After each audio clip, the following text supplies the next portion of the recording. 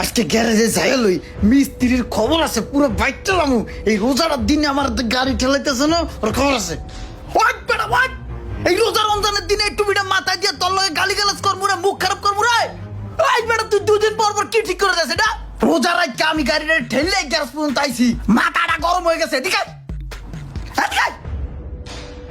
আজকে পাগলা এরম চিত্তা টিত্তা আইলো কে, যা দেখি। কি ভাই কি হয়েছে বলেন? কি হয়েছে ভাই বলেন মানে? ওই মেয়ে তুমি আবার কি ঠিক করে দাও গাড়ি? দুদিন পর পর গাড়ি যায় নষ্ট হইয়া। ওই মেয়ে তোমার কি আমি টাকা দিব না ঠিক করে গাড়ি? তুমি কি ভাবছো তোমার টাকা মেরে খাইলামু? এই রোজার দিন আমার গাড়ি ঠেলে তো কিনলি গা, আমার বুঝছো গাড়ি বন্ধ হইলো কিনলি গা মিয়া? গাড়িটা রাস্তার মধ্যে বন্ধ হয়ে গেছে গা, হাজার হাজার মানুষের সামনে আমার ইজ্জত গেছে গা, আমার রোজাটা বাতি হয়ে গেছে, আমার রোজাটা হালকা হয়ে গেছে মিয়া। কি হয়েছে ওটা কন, তাইলেই তো হয়, আমি ওটা ঠিক করে দেই। কিসে কর? এখন আইছে আমি ঠিক করে দেই। আর আমি জ্যামের মধ্যে বয়ে রয়েছি, পিছনে একটা প্রাইভেট কার সাদা, জোরে দিছি পিক আপ, গাড়িটার পাশা দিয়ে বম বোমায় কতগুলো কালা ধোঁয়া বাইরে ইয়া, পুরো এলাকাটা অন্ধকার হয়ে গেল গা, সাদা গাড়িটা পুরো কালা হয়ে গেল গা। সবাই চিল্লে চিল্লে লাগাইছে, গাড়ি হরাইতে কইতাছে। এখন গাড়ি স্টার্ট দিয়ে স্টার্ট হয় না, কিক দিয়ে স্টার্ট হয় না, ঠেলা দিয়ে ধাক্কা দিয়ে স্টার্ট হয় না। এখন যাও মেয়ে কি হয়েছে? আচ্ছা ঠিক আছে, আপনি মাথাটা একটু ঠান্ডা করেন, রোজা রাখছেন বন, আমি দেখতাছি। হ্যাঁ মাথা গরম করে দিয়ে কয় ঠান্ডা হন।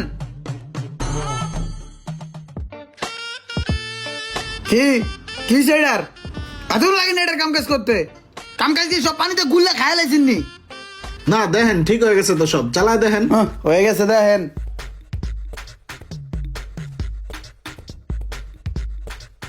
ঠিক আছে ভাই থাকো তাহলে জায়গা।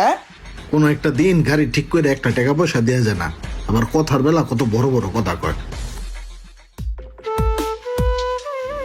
মাঝে মাঝে কেন জানি মনে হয় গরিব হয়ে জন্মগ্রহণ করাটাই একটা অভিশাপ। আজকে যদি কোনো বড় লোক ঘরে জন্মগ্রহণ করতাম তাহলে আর এই দিনটা মনে হয় আমার আসতো না, আর বোতলও টোকাইতে হইতো না।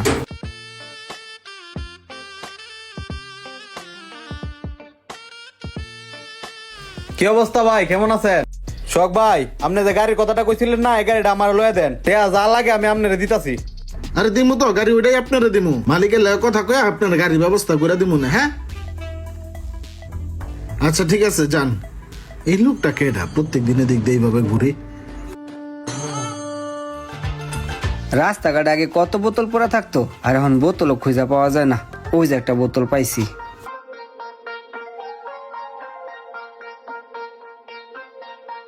ভাই একটু এদিকে আসেন তো। ভাই একটা কথা বলি, কিছু মনে করেন না।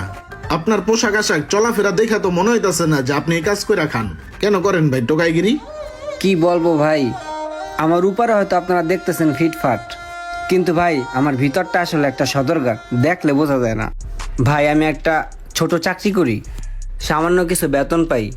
সেই বেতনে ভাই ঘর ভাড়া, ঘরের বাজার, ছেলেমেয়ের লেখাপড়া, এগুলো সব দিয়ে ভাই আমি আর কুলাইতে পারি না। আর এই রমজান মাস আসার পর ভাই একদম টানা হেঁচড়াটা একটু বেশি লেগে গেছে গা, কারণ দ্রব্যমূল্যের যে হারে দাম বাড়ছে, আমগো মতো গরিবরা তো চাইলেই সবকিছু ইজিলি কিনতে পারে না। 2 দিন যাবৎ বাচ্চাটায় মালটা খাইতে চায়, কিন্তু প্যারা কেনার টাকাই তো নাই, মালটা করতে কিনুন।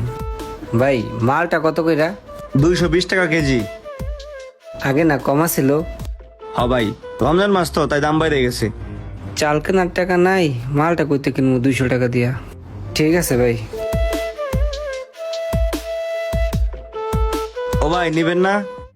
এর জন্য ভাই প্রতিদিন অফিস ছুটির পরে বাধ্য হইয়া হাতের সামনে যা পাই এগুলা নিয়ে একটা ভাঙ্গারির দোকানে বিক্রি করি, আর বিক্রি করলে কিছু টাকা প্রতিদিন আসে, আর ওইটা দিয়া ভাই আমার বাজার খরচটা চলে যায়। ঠিক আছে ভাই থাকেন, আসি। আসসালামু আলাইকুম।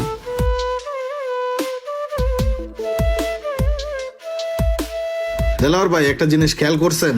ছেলেটা কিন্তু সুস্থ সবল, কত স্মার্ট একটা পোলা, কাজ কাম করে, তারপর ওই টাকায় হয় না, শেষমেশ সে আবার টোকাইগিরি করে টাকা পয়সা ইনকাম করে।